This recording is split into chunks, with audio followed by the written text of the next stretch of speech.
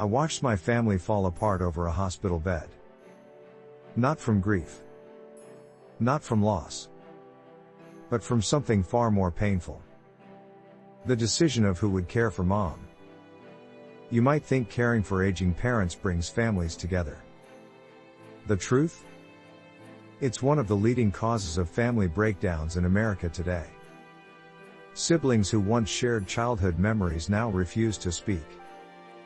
Marriages crumble under the weight of caregiving stress. And the very people we're trying to honor often become witnesses to our worst moments. But here's what nobody tells you. This season, as brutal as it feels, might be exactly where God wants to meet you. Stay with me, because what I'm about to share could save your family. Let's start with the uncomfortable reality. Elder care creates conflict because it exposes everything we've been avoiding. Old resentments surface. Childhood wounds reopen. That sibling who always got special treatment? Now they're nowhere to be found when mom needs help. The parent who favored one child over another? Those patterns don't disappear just because someone needs assistance getting dressed. The financial pressure alone destroys families. The average cost of elder care in America exceeds $70,000 per year. Most families aren't prepared for this. Retirement savings vanish. College funds get redirected. Someone has to quit their job, and suddenly Therese resentment about who's sacrificing more. But money isn't even the deepest wound.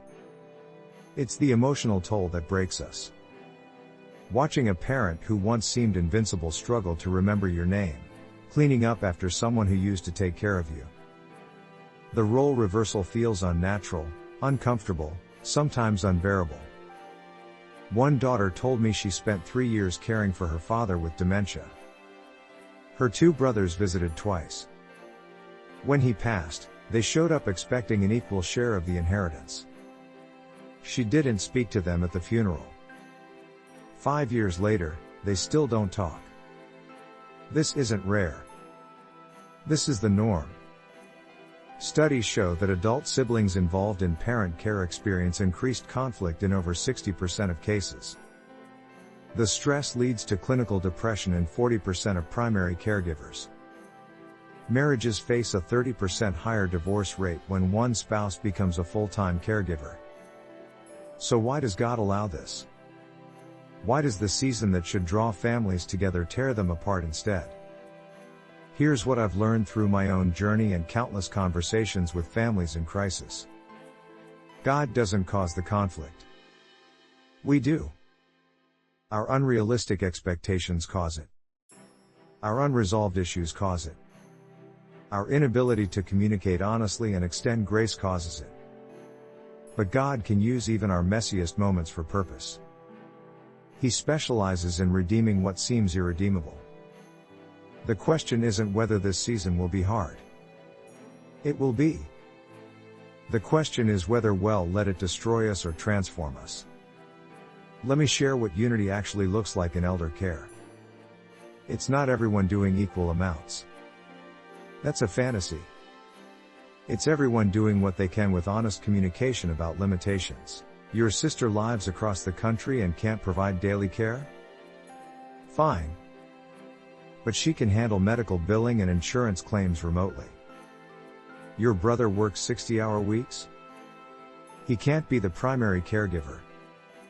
But he can cover respite care costs so you get breaks. Unity means acknowledging that fair doesn't always mean equal. The sibling providing hands-on care is making a different sacrifice than the one contributing financially. Both matter. Both are valuable.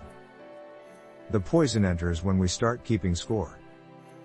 I've seen families create detailed care agreements before crisis hits.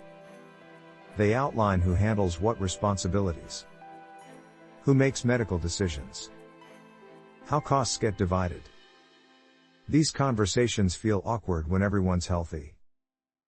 But they prevent devastating conflict later. One family I know meets quarterly via video call. All 4 siblings, even though 2 live out of state. They review their mother's care plan. Discuss concerns. Adjust responsibilities as needed. They've been doing this for 6 years. Their mother is thriving. Their relationships are intact. It's not magic. It's intentional communication. But what about when siblings won't cooperate? When one person carries the entire burden while others disappear? This is where faith gets tested most. Because God calls us to honor our parents even when our siblings won't. He calls us to forgive even when others don't deserve it. That doesn't mean becoming a martyr. Boundaries matter. If you're the sole caregiver and it's destroying your health or marriage, something must change. God doesn't require you to sacrifice everything. He requires wisdom, not self-destruction. Sometimes the most loving choice is professional care. Nursing homes and assisted living aren't failures. They're not abandonment. When done thoughtfully, they can provide better care than an exhausted, resentful family member can offer at home. I know a woman who agonized over placing her mother in memory care. She felt like she was breaking the commandment to honor her parents. Her pastor told her something profound. Honor means ensuring your parent gets the best possible care, even if you are not personally providing every aspect of it. She visits her mother 3 times a week now. Their time together is quality time, not just survival mode. Her mother is safer, better fed, more socially engaged. The daughter's marriage is healing. She can be a daughter again instead of just a caregiver. This is what finding God's purpose in the hard season looks like. It's not about being perfect. It's about being faithful with what has given you. It's about extending the same grace to yourself that yet extend to others. Let's talk about the spiritual warfare aspect that nobody mentions. Satan loves elder care conflict. It's a perfect storm for his purposes. He can destroy multiple relationships at once. He can make you question God's goodness. He can fill you with bitterness that poisons everything else in your life. Recognize the attack for what it is. When you feel rage toward your sibling who won't help, that's a spiritual battle, not just a practical problem. When you resent your parent for needing care, you're fighting more than frustration. You're fighting against the enemy who wants to steal your peace and destroy your family. Prayer becomes essential, not optional. Not just quick prayers, but warfare prayers. Prayers that acknowledge the spiritual dimension of what you're facing.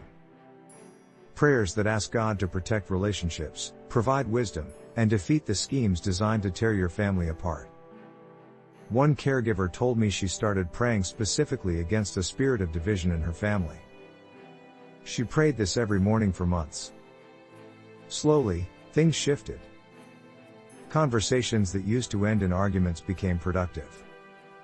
Siblings who had been hostile started showing compassion. Coincidence?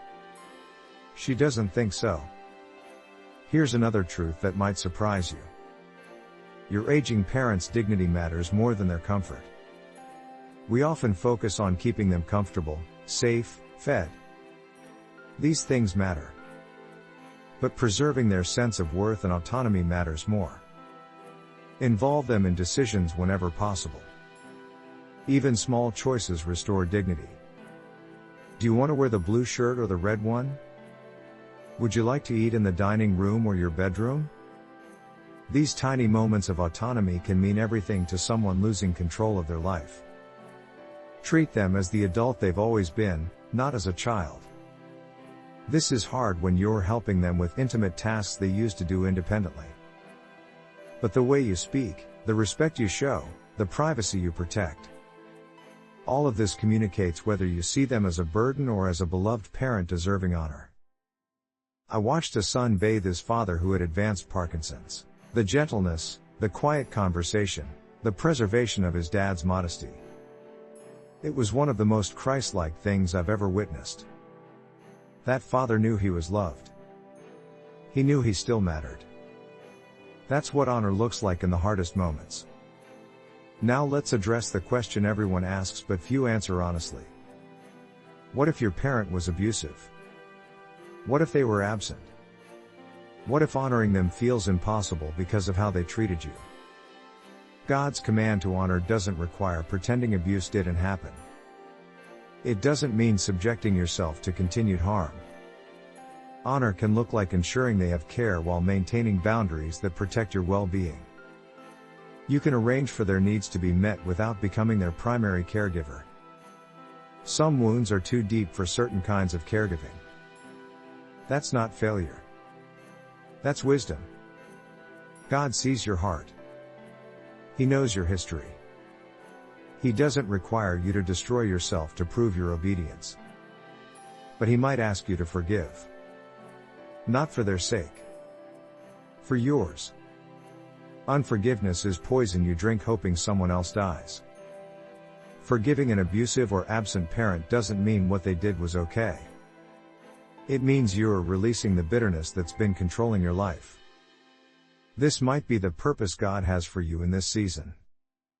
Not to become their caregiver, but to finally find freedom through forgiveness. That's a different kind of heart, but it's transformative. Let me give you some practical steps for maintaining family unity during elder care. First, have the hard conversations early.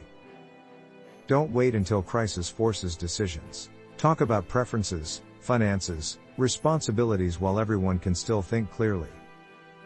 Second, put everything in writing. Verbal agreements fall apart under stress.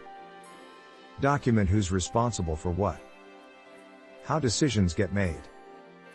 How costs are shared. Review and update regularly. Third, schedule regular family meetings. Not just to discuss problems, but to celebrate small victories. Mom remembered your name today.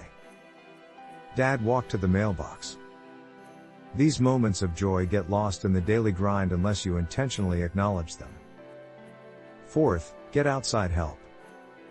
Support groups, counselors, respite care, professional mediators. You're not meant to do this alone. Pride that refuses help often leads to breakdown. Fifth, remember you're modeling for your own children.